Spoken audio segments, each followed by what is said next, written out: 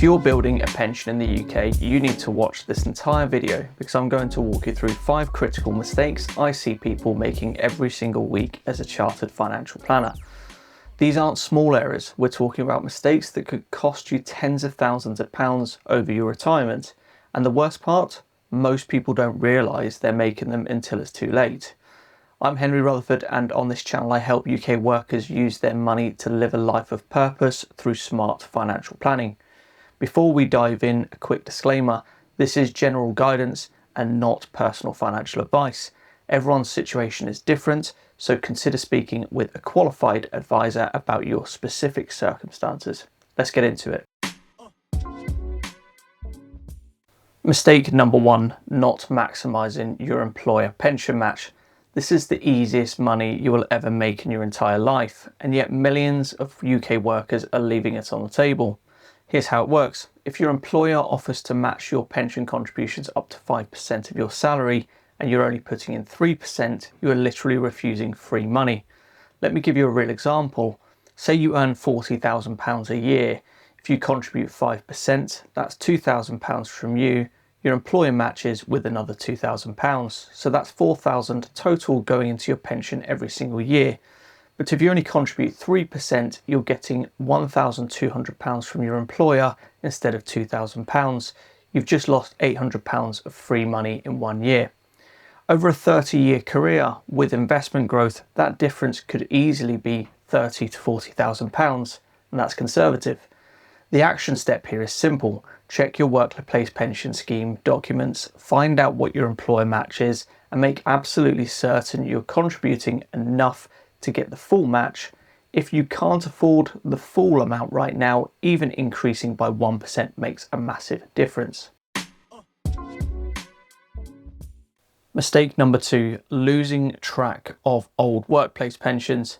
The average UK worker changes jobs every 5 years, and every time you change jobs, there's a good chance you're leaving behind a pension pot. According to the Pensions Policy Institute, there are over 3 million lost pension pots in the UK, worth an estimated over £30 billion. Here's what happens when you leave a job: your old employer's pension stays with that provider, and 5 years later you've likely completely forgotten about it. You might think it's only a small amount, but those small amounts add up. The average lost pension pot is around £7,000, and most people have 3 or more that are out there. I had a client come to me last year who thought he had one pension worth around £15,000. After tracking down his old pots, we found four or more totaling over £40,000. That's an extra £40,000 he had completely overlooked. So here's what you need to do. Use the government's pension tracing service. It's completely free. You just need the names of your old employers and they'll help you track down your old pensions. Once you've found them, you can decide whether to consolidate them into one pot or leave them where they are. There are pros and cons to do both, which I can cover off in another video if you want me to. Mistake number 3, taking your full 25% tax-free lump sum without a proper plan. When you reach 55 or 57 years of age from 2028, you can take 25% of your pension as a tax-free lump sum. And for a lot of people, that's a huge amount of money. If you've got a £200,000 pension pot, that's £50,000 tax-free. The problem is people see that money and they spend it. New car, holiday, home improvements. Look, I'm not saying you shouldn't enjoy your money. That's exactly what it's there for. But here's what most people don't realise is when you take that £50,000 out, you're left with £150,000 to generate income for potentially 30 or 40 years. Let's do the maths. If you're drawing £15,000 a year from that, remaining £150,000, you're taking out 10% annually. Even with decent investment growth, that pot is going to run dry much faster than you think, especially when you factor in inflation. A better approach: take what you need when you need it. You don't have to take the full 25% all at once. You can take smaller lump sums over time, which gives your remaining pot more time to grow and means you're not sitting on a large cash sum that's losing value to inflation and potentially taxation. Before taking any lump sum, ask yourself, what am I using this for? Is it essential? Could I achieve the same goal another way? If you're taking it just because you can, that's a red flag. Mistake number 4, not reviewing your pension investments. Most workplace pensions put you into a default fund, and for many people, especially when you're young and decades away from retirement, that default fund is absolutely fine.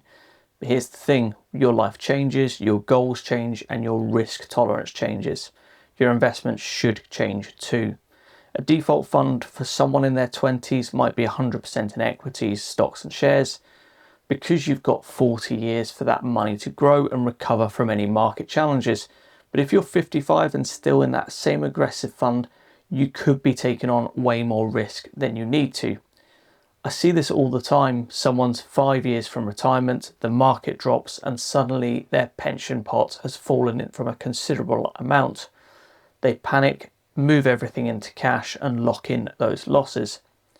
If they'd reviewed their investments earlier and moved to a more balanced portfolio, they could have avoided that entire solution. Here's what you should do. Review your pension investments at least once a year. Look at your fund performance, check your fees, and most importantly, make sure your risk level matches your timeline. If you're within 10 years of retirement, depending on your whole situation, you may need to gradually move towards lower risk investments. If you're not sure what you're invested in or whether it's right for you, speak to a financial advisor. This is exactly the thing that we can help with, taking into account your full picture. Mistake number 5, underestimating how long your pension needs to last. This is the big one. People retire at 60 or 65 thinking they've got maybe 20 years ahead of them. But the reality, if you're healthy and you retire at 60, there's a decent chance you could live to 90 or even 100. That's 30 to 40 years your pension needs to support you. Let's say you've got a £300,000 pension pot and you want to draw £20,000 a year. Sounds reasonable, right? But if you live to 95, that's 35 years of withdrawals. Even with investment growth, inflation is going to eat into that purchasing power, and what costs you £20,000 today could cost £35,000 in 20 years' time. The mistake people make is planning for the average, not the possibility. Yes, average life expectancy in the UK is around 81, but that's an average. Half of people live longer than that, and if you're in good health, don't smoke, and have a family history of longevity, the odds of you living into your 90s are much higher than you think. So what's the solution? Build in a buffer. If you think you need your money to last 25 years, plan for 35 and use conservative withdrawal rates. And consider keeping some growth investments even in retirement so your pot has a chance to keep up with inflation. This isn't about being pessimistic, it's about being realistic. The last thing you want is to be 85 years old and running out of money. So there you have it, 5 pension mistakes that could cost you thousands or even tens of thousands over your retirement. Let's quickly recap. 1, maximise your employer match, it's free money. 2, track down your old pensions, you might be sitting on thousands. 3, don't blow your 25% lump sum without a plan. 4, review your investments regularly and adjust for your age and your plan as well. And 5, plan for a longer retirement than you think you'll have. If you found this helpful, hit that subscribe button because I post new UK financial planning content every week. If you've got questions about any of these mistakes, drop them in the comments. Remember, this is general guidance, not personal advice. If you want tailored recommendations for your situation, speak with an FCA authorised financial advisor. I'm Henry Rutherford and I'll see you in the next video.